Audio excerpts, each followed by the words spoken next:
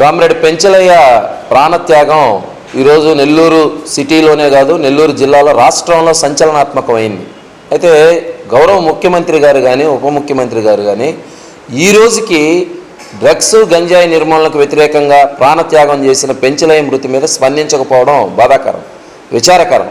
ఈ రోజుకి ₹1 కూడా ప్రభుత్వం వైపు నుంచి సహాయం అందల. ఆయన దళిత కుటుంబానికి చెందినటువంటి వ్యక్తిగా చనిపోయారు కాబట్టి ఎస్సీ ఎస్టీ అట్రాసిటీ కవర్ అయినందువల్ల ఆ నష్టపరిహారం మాత్రం ప్రస్తుతానికి మంజూరు చేస్తున్నారు తప్ప ప్రభుత్వం వైపు నుంచి ఎక్స్గ్రేషియా అనేటటువంటిది మంజూరు కాలేదు.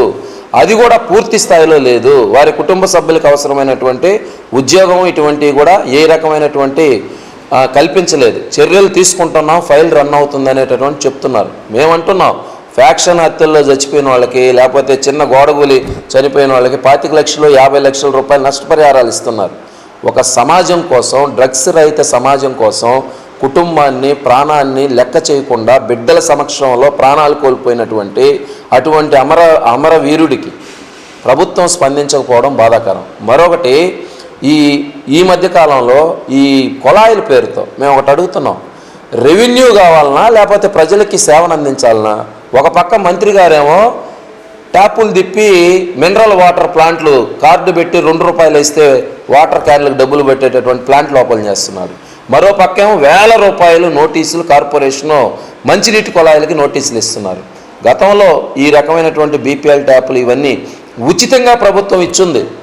కానీ కార్పొరేషన్లో మున్సిపల్ మంత్రి గారి ఇలాకాలో నీటి వ్యాపారం, సేవల వ్యాపారం, ప్రైవేటీకరణ, ప్రజలకు అందించేటటువంటి మౌలిక సదుపాయాలన్నింటినీ కూడా ముక్కు పిండి డబ్బులు వసూలు చేసేటటువంటి ప్రయత్నాలని చేస్తూ ఉన్నారు. దాంతోపాటు పెన్షన్లు అనేటటువంటివి గత ప్రభుత్వ హయాంలో 2 సంవత్సరాలు, ఈ ప్రభుత్వ హయాంలో 2 సంవత్సరాలు, 4 ఏళ్ల నుంచి నూతన పెన్షన్ల మంజూరు లేదు, నిలిచిపోయింది. ఇలా అనేక సమస్యలు ఈ 8 రోజుల్లో నెల్లూరు సిటీలో అన్ని వార్డుల్లో తిరగబోతున్నాం, ప్రజల మధ్య ఉండబోతున్నాం. ప్రజా సమస్యల్ని ప్రభుత్వం దృష్టికి పెద్ద ఎత్తున తీసుకువచ్చి ఈ ప్రజల అజెండాని, ప్రజా సమస్యల అజెండాని, ఈ ప్రజాపోరు యాత్ర ప్రజల అజెండాని ముందుకు తీసుకొచ్చేందుకు సిపిఎం ఈ పాదయాత్రల్ని చేపట్టింది.